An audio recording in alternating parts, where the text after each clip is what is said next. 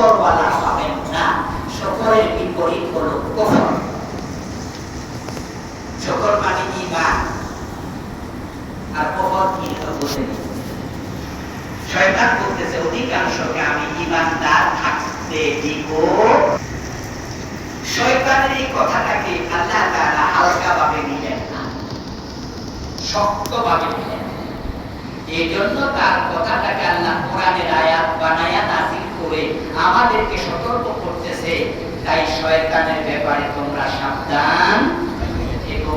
সে কিন্তু তোমাদের ঈমান কেড়ে নেয়া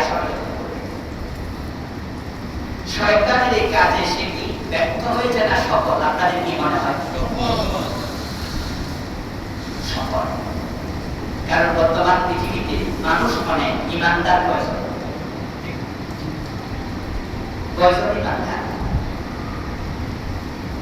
250 কোটির বেশি মুশরিক, যারা আল্লাহ নবী ঈসাকে আল্লাহ পুত্র খ্রিস্টান। 250 কোটি পৃথিবীতে সবচেয়ে বেশি মানুষ খ্রিস্টান। তারপরে এরপর অন্যান্য যাবে 800 কোটি মানুষ, কম বেশি একুরেট সংখ্যা তো আমরা জানি আন্দাজ। এই 800 কোটি কম বেশি মানুষের মাঝে ইসলাম ধর্ম গ্রহণ করেছে এমন মানুষ মাত্র 250 কোটি। 650 কোটি শুরুতেই শেষ। তার মাঝে 250 কোটি মুসলমানের মাঝে আমাদের মাঝে মোমেন কয়জন? আমাদের মাঝে মোমেন কয়জন? এই মসজিদে মোমেন কয়জন? ঈমান কি এটা জানেন কয়জনে? মা কানা লিল মুমিনিন ওয়ালা মুমিনাতিন ইযা কাদাল্লাহু ওয়া রাসূলুহু আমরান আন ইয়াকুনা লাহুমুল খিয়ারাতু মিন আমরিহিম। ঈমান মানে হলো কোরআনে আল্লাহ বলে যখন তুমি পড়বে লা ইলাহা ইল্লাল্লাহ মুহাম্মাদুর রাসূলুল্লাহ, নারী হওয়ার পুরুষ হও, আল্লাহ এবং রাসূল যা বলেছে তার বাইরে চলবা, এই অধিকার তো নাই। বরং চলবা কি চলবা না এই চিন্তা করার অধিকার নেই।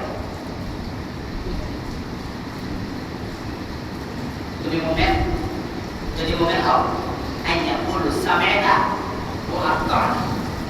আরেকটা আল্লাহ ব্যাখ্যা করে, যদি তুমি মুমিন হও তাহলে তোমার একটা কথাই শুধুমাত্র মুখে থাকবে, শুনলাম সামি'না তা'আনা। সামি'না তা'আনা, সামি'না সামি'না সামি'না ওয়া আতা'না, সামি'না ওয়া আতা'না, ইয়াকুলু সামি'না সামি'না ওয়া আতা'না। এরপরে যে শব্দ হবে ওয়া আতা'না, মানলাম। মান কি মান বলে চিন্তা করতে পারবে না, শুনবা এটা ব্যাখ্যা নবীজি কি বলেন জানেন? قال رسول الله صلى الله عليه وسلم المؤمن كالجبل الحنين حيث ما قيل انفع। কে মুমিন আর কে মুমিন না এটা আপনি রাসূলের হাদিস থেকে নিজে বিচার করুন। আমার কিছু কিছু শব্দ খুব শক্ত হয়তো, আমিও বুঝি শব্দটা একটু শক্ত হয়েছে, কিন্তু আমার কিছু করার থাকে না, কারণ এটা কোরআন এবং হাদিসের কথা। কোরআন হাদিসে নরম শব্দ আছে, শক্ত শব্দ আছে। ডাক্তারের দোকানে দোকান, ডাক্তারের ওষুধ ফ্যাক্টরি, ওষুধের দোকান, সব ওষুধ কি মিঠা? এটা ওষুধ নাই, এটা আছে, জি আছে। এটা সেটা করে করে কি লেখা থাকে? চিনি লেখা থাকে, চিনি দেয়া। এটা খাইতে সবাই চায় না, বাচ্চাদের নাকটিক দিয়ে খাওয়ানো হয়। নবীজি বলছে তুমি যে মুমিন তুমি বুঝবা কেমনে? যখন তুমি নিজেকে মনে করবে তুমি কাল জামালি আরিফ, নাকে রশি ঢুকানো ওট, হাইসুমা কিদা ইনকা। যখন কোন ওটের নাকে রশি ঢুকানো হয় তখন মালিক রশি টান দিতে দেরি, ওট কদম দিতে দেরি করতে পারে না, কারণ না হলে নাক ছিঁড়ে যাবে। এজন্য মালিক টানে যেদিকে কদম দেবে সেদিকে। তুমি যখন বুঝবে আল্লাহ রাসূল যা বলে তুমি সে বিষয়ে একমত, কোনো দ্বিমত নাই, করতে দেরি করবে না, তখন তুমি মুমিন। সুবহানাল্লাহ। আল্লাহ রাসূল বলেছে সুদ খাইও না। মুমিনদের মাঝে সুদখোর নাই। আল্লাহ বলেছে, রাসূল বলেছে ঘুষ খাইও না, ঘুষখোর নাই। এভাবে কি প্রশ্ন করা হয়? আল্লাহ রাসূল বলেছে তার সাথে আপনি জীবন করছেন ডজন ডজন জায়গা, অথচ আপনি বলছেন আমি মুমিন। এই দাবিটা সঠিক দাবি।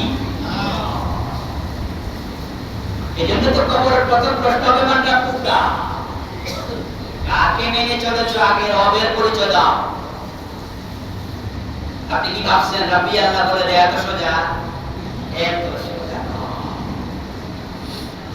যে দুইজন ফেরেশতা প্রশ্ন করতে আসবে, ওই দুইজন ফেরেশতা সূরত দেখলে তো গলা শুকিয়ে যাবে। আল্লাহ আল্লাহু আকবার। প্রশ্নের জবাব দেয়া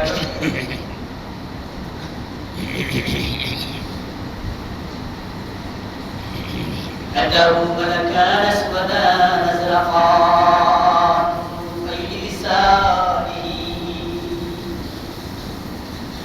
নবীজি সাল্লাল্লাহু আলাইহি ওয়াসাল্লাম বলেন, কবরে মানুষ শোয়া দিয়া চলে আসবে, আল্লাহু ইয়াসমাউ কিরাআত আমিহিম, ইয়াসমাউ কিরাআত আমিহিম।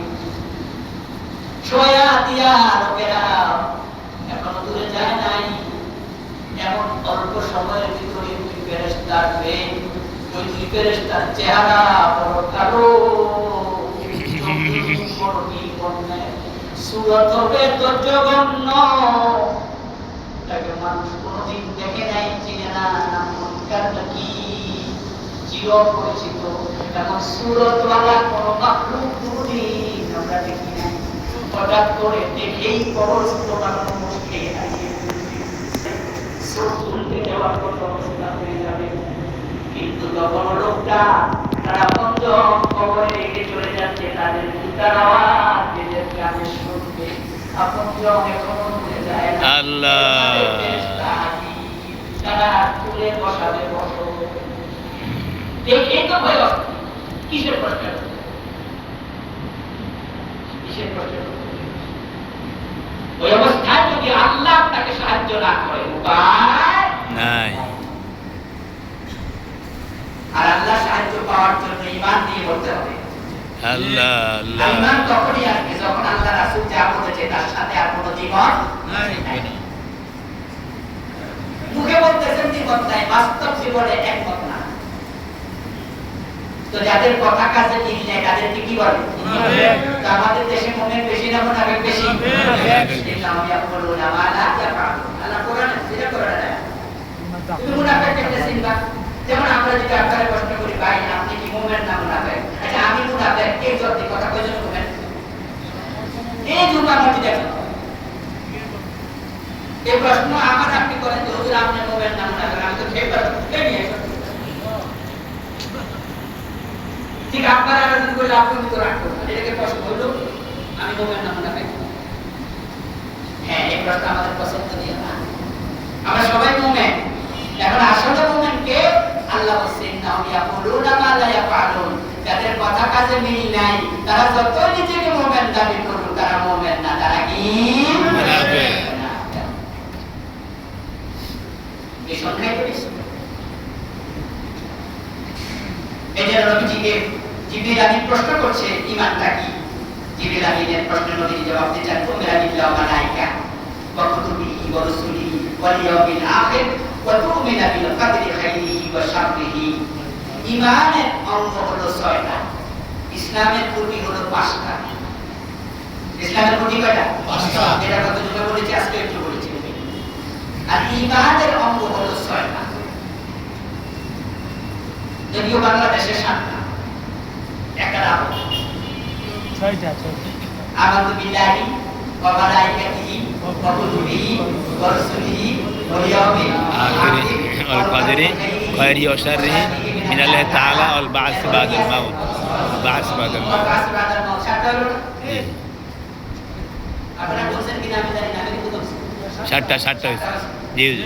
কিন্তু হাদিসের মধ্যে রাসূল 6টা বলেছেন। হাদিসে জিবরিল নবীজি মানে রব কয়টা বলছে? 6টা। তা আমাদের 7টা হলো কেন? আমরা বলেছি ওয়াল ইয়াউমিল আখির, আমি বিশ্বাস করি আখিরাত।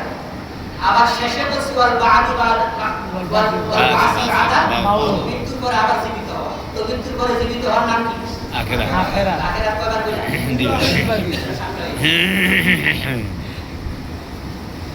আমানতু বিল্লাহি গণেন আমানতু বিল্লাহি ওয়া মালাইকাতিহি ওয়া রাসূলিহি ওয়াল ইয়াউমিল আখির কইছেন না?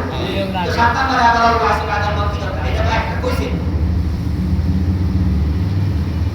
আমি আমার কোন এক জায়গার মাহফিলে এই প্রসঙ্গে কথা বলতে গিয়ে বলেছিলাম ঈমানের 7 নম্বর ঈমানের নম্বর 6টা। পরে আবার কোন ভিডিও আনা এটা দিছে, পরে দেখি যে কমেন্টে আমার গালিগালাজ করতেছে। রাজীবন শুনছি 7টা ওই নতুন হুজুর হইছে। উনি একটা বাদও দিয়েছে।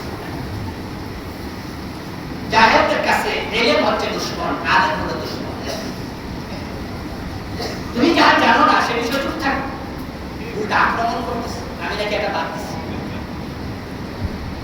এখন আমাদের দেশে ইমানে মুজমাল, ইমানে মুফাসসাল ছোটকালে পড়ছেন না? ইমানে মুফাসসাল হলো এটা যেটা আমরা এখন বললাম ওয়াল বাসি বাদাল মাউত সহ। এই কালেমাটা হুবহু হাদিসে নাই, কোরআনে তো এভাবে নাই। তো এটা যে আলেমরা বানাইছে 6-7টা কালেমা, ওনারা এটা বানাইতে গিয়ে একটা দুইবার বলেছে ভুলে, আর ভুলটাই চলমান। এখন আমরা যারা আলহামদুলিল্লাহ একটু চোখ কান খোলা আছে, আমরা যখন ভুল দেখি এরপরও কি ভুলটার উপরে থাকবো নাকি ভুল থেকে সরে আসবো? ইনশাআল্লাহ। হাদিসে জিবরিল নবীজিকে জিবরিল প্রশ্ন করলেন ঈমান কি? নবীজি 6টা বললেন আন তুমিনা বিল্লাহ, আল্লাহর উপর বিশ্বাস করো। আল্লাহর উপর বিশ্বাস না রাসূলের বিশ্বাসটাও আছে, বলতে হাদিসে আছে। ওয়া মালাইকা, ফেরেশতার উপর বিশ্বাস করো। ঈমান বিল গায়ব, আল্লাহকে দেখা যায় না, ফেরেশতাকে দেখা যায় না।